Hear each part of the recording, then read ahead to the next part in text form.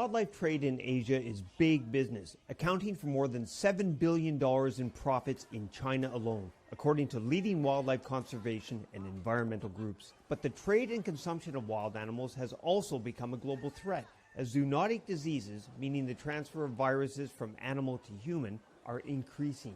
Most experts are calling for a ban on the trade and consumption of wild animals. We're not talking about banning deer or duck hunting. We're talking about ending the global commercial trade in wild animals.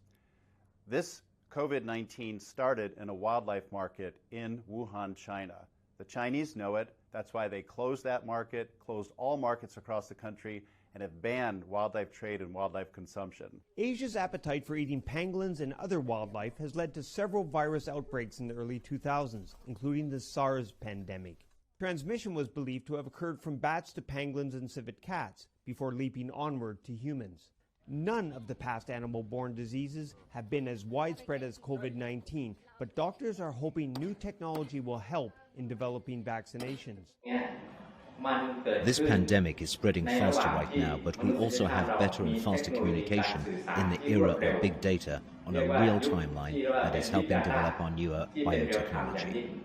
In China's neighboring countries such as Myanmar, wildlife hunting is a tradition, providing food and revenue for local families.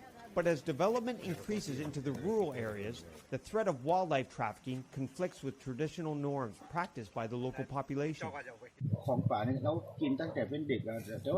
This is our lifestyle. We have no idea about the virus or the disease.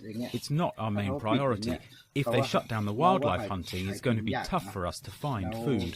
And we won't have food to feed our children because we live in the jungle. As China begins easing restrictions in former COVID-19 hotbeds, conservation groups say they will continue applying pressure to permanently eliminate the wildlife trade and the deadly viruses that come with it. Steve Sandford for VOA News in Krabi, Thailand.